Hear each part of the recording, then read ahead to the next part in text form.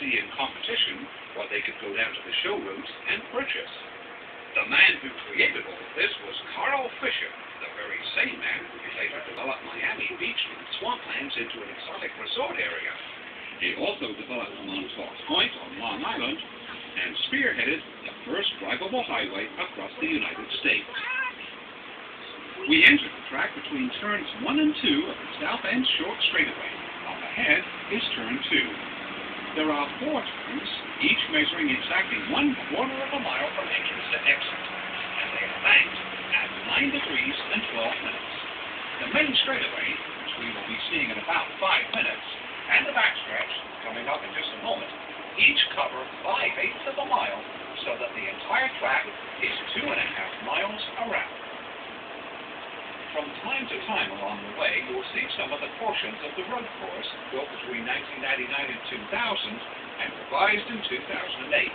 It winds through the infield and links back up with the oval over to the northwest. On the right are the original VIP suites built in 1973. We are riding on the very same 2.5 miles used by the drivers 100 years ago. Only the surface has changed. During the fall of 1909, down went 3,200,000 paving bricks, which is why the track still carries the nickname, the Brickyard. And where are the bricks today? Well, about 85% of the way around, they're still there, buried under several layers of asphalt. The most recent repaving job took place in the fall of 2004. If you think you may have spotted a golf course on either side of us, well, you have. It dates back to 1929. It's been revamped a couple of times since, most recently in 1993 by the world-famous Pete Dye, who used to live in Indianapolis. There are now 4 holes inside the track and 14 over on the right. The old course was once a major stop on the PGA Tour, the 500 Open being held between 1960 and 68. Each September between 1994 and 2000, the seniors played here. The 3-2-1 markers over on the outside fence are 100-yard reference points for entering turn 3. The 500 drivers will make the turn at about 220 miles an hour. Wow. The NASCAR drivers with cars which are double the weight will go through at about 170 miles an hour. We're going 25. Practice has never completed here by 500 drivers will ride 240 miles an hour. That means negotiating a 2.5-mile lap in less than 38 seconds. Or to put it another way, it's the equivalent of traveling down a football field in about 9/10 of 1 second. When we are in the turns, you can see the faint stinger barriers up against the walls. They have done much to absorb the energy in the event of an accident resulting in wall contact. Stinger barriers are coming into more and more use at major tracks, but the very first one was installed at this one in 2002. Carl Fisher had 3 partners, one of whom was James Allison, founder of the famed Allison Engineering. They floated on Speedway in 1927 with a group headed up by World War I flying ace, Captain Eddie Rickenbacker, who had in fact been a regular 500 driver before he ever learned how to fly a plane. In 1945, the track was sold to Anton Holman Jr. of Terre Haute, and it has remained in the Holman George family for over 60 years. And there's never been any tax dollars used here. The track is privately owned. Over on the left are the final turns of the road course on their way to linking up again with the oval. Out of turn 4 and onto the main straightaway, corporate suites and double-decker grandstands. Can you imagine going all the way down there in 9 seconds?